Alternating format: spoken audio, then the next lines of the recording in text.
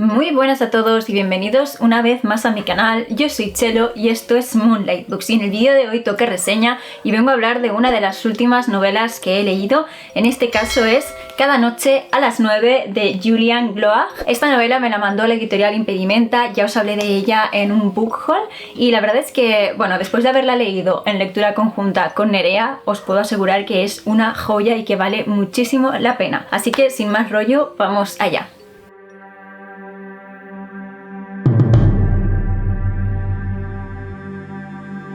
Pues bueno chicos, tal y como os he dicho, hoy toca reseña y vamos a hablar de Cada noche a las 9, una de las últimas publicaciones de la editorial Impedimenta. Y esta reseña va a proceder como de costumbre. Voy a leeros la sinopsis, os voy a hacer un resumen sin spoilers de lo que sucede en el libro y al final os daré mi opinión. Y si me viera en la necesidad de comentar algo que podría considerarse spoiler, no os preocupéis que os avisaría y pasaría el vídeo a blanco y negro para que podáis silenciarlo y así no os llevéis ningún spoiler indeseado. Ahora sí, vamos allá. En el número 38 de Ipswich Terrace, un reloj de bolsillo cae al suelo marcando las 5:58, hora en la que muere madre y en que los 7 hermanos Hook se convierten en huérfanos. Sin más familia a la que acudir, sin amigos, los niños Hook, temerosos de que los separen y los envíen a un orfanato, deciden enterrar el cuerpo de su madre en el jardín y empiezan a llevar una vida en apariencia normal. Van a clase, hacen la compra, cobran los cheques del banco y, por supuesto, rezan a madre cada noche a las 9. Pero esta rutina se ve alterada con la llegada a sus vidas de un extraño que afirma ser su padre. ¿Es de verdad este hombre quien dice ser o se trata de un simple oportunista? Y de ser así, ¿qué otros secretos les ocultaría madre?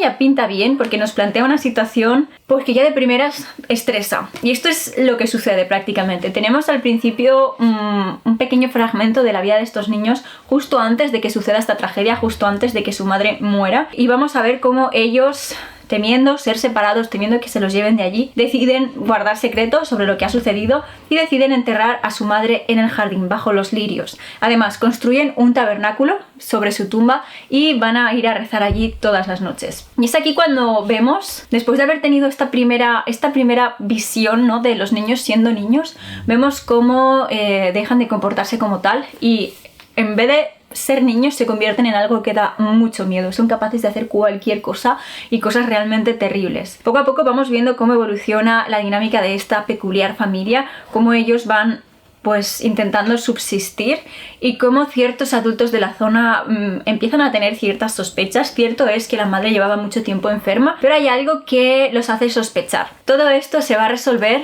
o aparentemente resolver, con la llegada de este hombre, de Charlie Hook, que dice que es el padre de los niños y se va a quedar con ellos en la casa. Vamos a ir viendo cómo los niños vuelven a ser niños, pero claro, ¿de dónde ha salido este hombre? ¿Cómo puede ser que siendo 7 hermanos de edades tan diferentes ninguno lo conociera? Todo esto es sospechoso, nosotros sabemos que es sospechoso y los niños poco a poco se van a ir dando cuenta de ello también y en fin, todo esto los va a llevar a esta situación límite y a este final que a mí me dejó el corazón roto. Terminé de leer la última página y cuando pasé a la siguiente y de pronto leo esta edición de Cada noche a las 9 de Julian Gloag, terminó de imprimirse el día 7 de septiembre. ¿Qué? ¿En serio termina así? Pues bueno, es ese tipo de libro. No quiero hablaros mucho más porque a simple vista parece una trama bastante sencilla y es que creo que, a pesar de que lo que sucede en la trama es fuerte, creo que es 100% una novela de personajes, así que prefiero guardar silencio y que si os interesa le deis una oportunidad y lo leáis porque de verdad que vale la pena. Tal y como os he dicho, es una novela de personajes y creo que los personajes, en este caso los niños, son lo más importante que hay en la trama y es que nos damos cuenta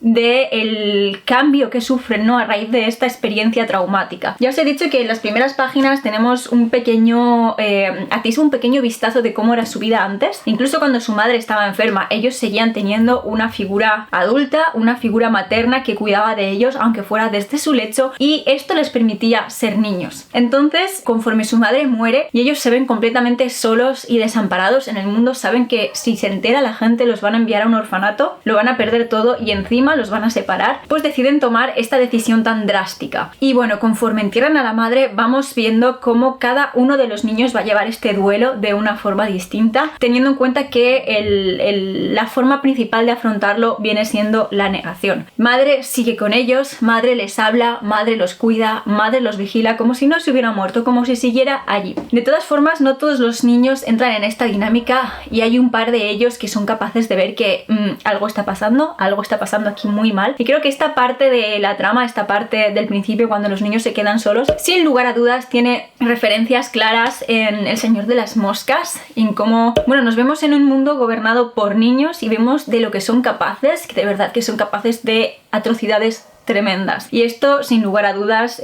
pues bebe un poco de ahí del Señor de las Moscas y me parece una referencia muy interesante. No todos ellos han entrado en este juego de negación, en esta especie de fanatismo religioso hacia su madre, sino que hay algunos que son capaces de ver que esto está mal, que algo no está funcionando y, pues en definitiva, cuando llega Charlie Hook, cuando llega esta figura del padre, vamos a ver esa catarsis de esta especie de reinado del terror que habían instaurado los niños y vamos a ver cómo estas criaturas que ya no eran niños y que daban muchísimo miedo, poco a poco se van a ir derritiendo al estar una vez más bajo la supuesta protección de una figura adulta, en este caso una figura paterna, y cómo poco a poco, por mucho que se resisten al principio, van a volver a ser niños. Creo que es una evolución de personajes porque todos ellos son 7 hermanos, son Elsa, Dunstan, Hubert, Diana, Willy, Jimime y Gertie, son 7 hermanos. Todos ellos pasan en mayor o menor medida por esta deshumanización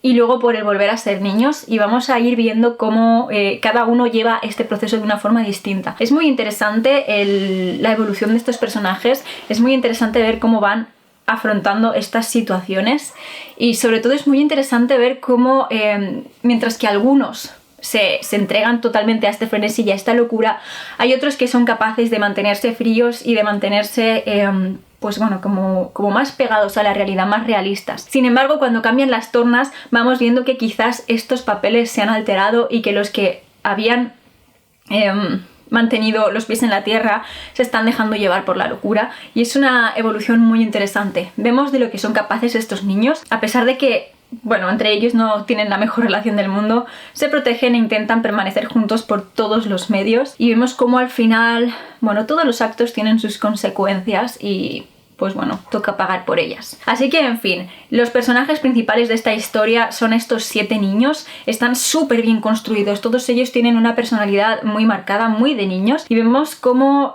algunos más que otros se desprenden de ella durante este proceso y hace que sean tan deshumanizados, tan fríos y que den tanto miedo, y luego vemos cómo vuelven a convertirse en niños. Vemos también cómo la locura, cómo el dolor, cómo la inocencia se convierte en crueldad. Y es algo increíble de leer en una novela y que esté tan bien hecho. Me parecen unos de los mejores personajes que he leído en mucho tiempo, 10 puntos por ahí. También tiene mucha importancia el personaje de madre, y eso que realmente creo que solo aparece en el primer capítulo y luego muere, pero durante mucho tiempo los niños la mantienen viva con este fervor religioso, que dicen que pueden hablar con ella, que ella los cuida, que ella está en todas partes, que los está vigilando y que si se portan mal los castigan, y el pecado es la muerte. Así que es un personaje muy interesante, quizás ya no tanto la figura de la madre real, sino de esta madre imaginaria que los niños han creado en torno a su muerte. Y luego también tenemos la figura de Charlie Hook, del supuesto padre, y de verdad que también me parece un personaje muy interesante, porque es innegable que nosotros acabamos metidos en la historia y que durante este periodo en el que los niños están solos, por mucho miedo que den y por muchas salvajadas y crueldades que cometan, nosotros no queremos que les pase nada malo, no queremos que los descubran, no queremos que los separen. Entonces, conforme llega esta figura, al igual que los niños acaban sintiendo este alivio de decir, ok, ahora todo va a estar bien, ya volvemos a ser una familia, ya estamos seguros, nosotros también sentimos este alivio. Y a pesar de que vamos viendo todos estos grises, todas estas no sabía cómo decirlo, todas estas peculiaridades que huelen mal de Charlie Hook, que nos hacen desconfiar de él, hay una pequeña parte en nuestro interior que quiere seguir pensando que todo va a ir bien y que estos niños van a estar a salvo, van a estar protegidos y van a estar juntos. Entonces es como que nos pone a su nivel, sentimos que somos uno más de ellos, y en ese sentido me pareció increíble. Y este personaje desde luego que también está muy bien hecho, porque desde el principio nosotros somos capaces de darnos cuenta de que oculta algo muy gordo, y a pesar de todo eso seguimos teniendo la esperanza de que no sea así. Tal y como os he dicho, es una novela de personajes, por eso me he extendido tanto, pero es que de verdad está muy bien escrita, está muy bien creada, y estos personajes son tan redondos que de verdad parecían reales, parecía que fuera una familia que nosotros conocemos y que esto está pasando en nuestra vida y que de alguna forma tenemos la opción de ayudarlos. Entonces es muy fuerte la forma en la que nos mete dentro. Con respecto a la trama no quiero hablar porque en definitiva ya os he hablado un poquito de ella en el resumen del libro y sinceramente creo que lo mejor que podéis hacer es leerlo si os interesa. Ya os he dicho que es una novela de personajes, que el punto principal de inflexión es la muerte de la madre de estos 7 niños, que los deja huérfanos, y cómo ellos consiguen ocultar este hecho durante mucho tiempo hasta que llega su padre, su supuesto padre, y todo, bueno, llegamos a la catarsis final del libro. Así que no quiero decir nada más, creo que es interesante que descubráis vosotros la historia, teniendo en cuenta que es 100% una historia de personajes. Y con respecto al narrador, es muy interesante y creo que está muy bien elegido porque, tal y como os he dicho, una vez más lo voy a repetir, es una novela de personajes y principalmente tenemos 7 protagonistas. Sería muy difícil tener un narrador en primera persona porque se nos perdería la visión de conjunto. Así que sí, tenemos un narrador en tercera persona, es un narrador omnisciente, pero es un narrador muy frío, no se mete para nada en la historia, no ejerce juicios morales, no tiene preferencias por un niño por encima de otro, a pesar de que nuestro punto principal podríamos considerar que está sobre Hubert, que es el hermano, creo que tiene 9 años. Es nuestro personaje más principal, creo que es quien tiene el mayor parte del peso de la historia, pero aún así no vemos la historia desde sus ojos al 100%, tenemos visiones de todos los ángulos, por así decirlo, y este narrador tan frío hace que nosotros sentimos preferencias por el niño con el que más nos identificamos. Y además esas preferencias cambian a lo largo de la historia. No voy a contaros mis preferencias en este caso porque podría ser considerado spoiler, pero sí que cambió mi opinión con respecto a ciertos niños conforme avanzaba la historia. Y es que vamos descubriendo muchísimo de ellos gracias a este narrador a lo largo de las páginas.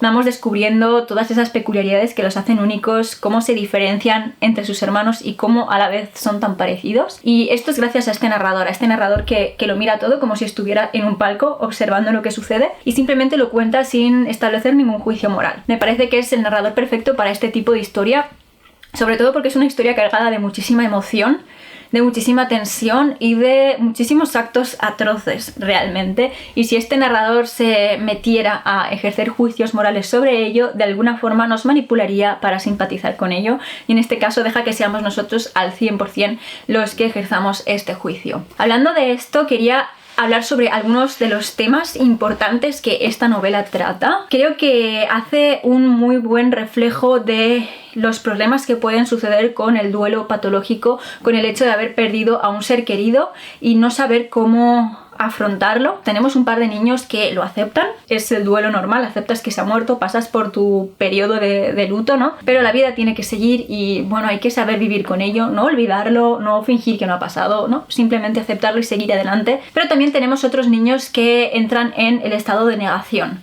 No se ha ido, sigue aquí, está con nosotros, nos vigila, podemos hablar con ella y eso es muy peligroso.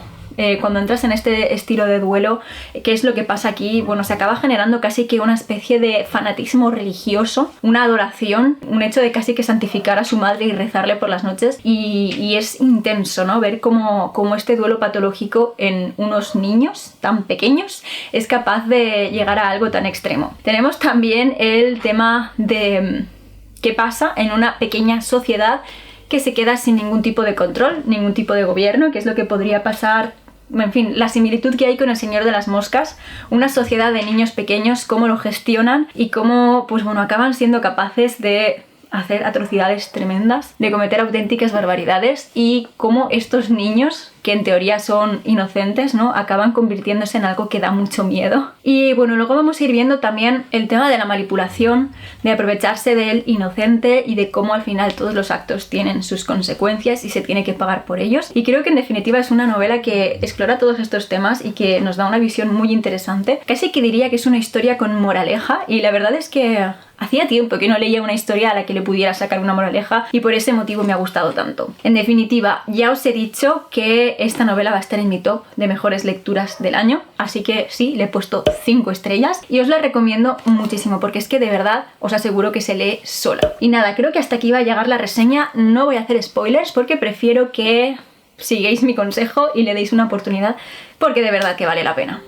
Y nada chicos, esto es todo lo que quería contaros sobre Cada noche a las 9. Esta es mi opinión del libro. Decidme en los comentarios si ya habíais leído esta novela y qué os ha parecido, o si después de esta reseña os han entrado ganas de hacerlo. Y ya que estamos, dejadme este emoji en los comentarios para que sepa que sois de los que aguantáis hasta el final del vídeo. A mí ya solo me queda recordaros que os suscribáis a mi canal si os gusta el contenido que estoy subiendo y que le deis a la campanita de notificaciones para que os avise cada vez que suba nuevos vídeos. Y si queréis contenido literario 24/7 podéis seguirme en mis otras redes sociales, os dejo los enlaces directos aquí debajo en la cajita de descripción del vídeo. Y bueno, hasta aquí llega esta reseña, espero de todo corazón que le deis una oportunidad al libro porque vale muchísimo la pena. Y eso es todo por hoy y yo me despido hasta el próximo vídeo.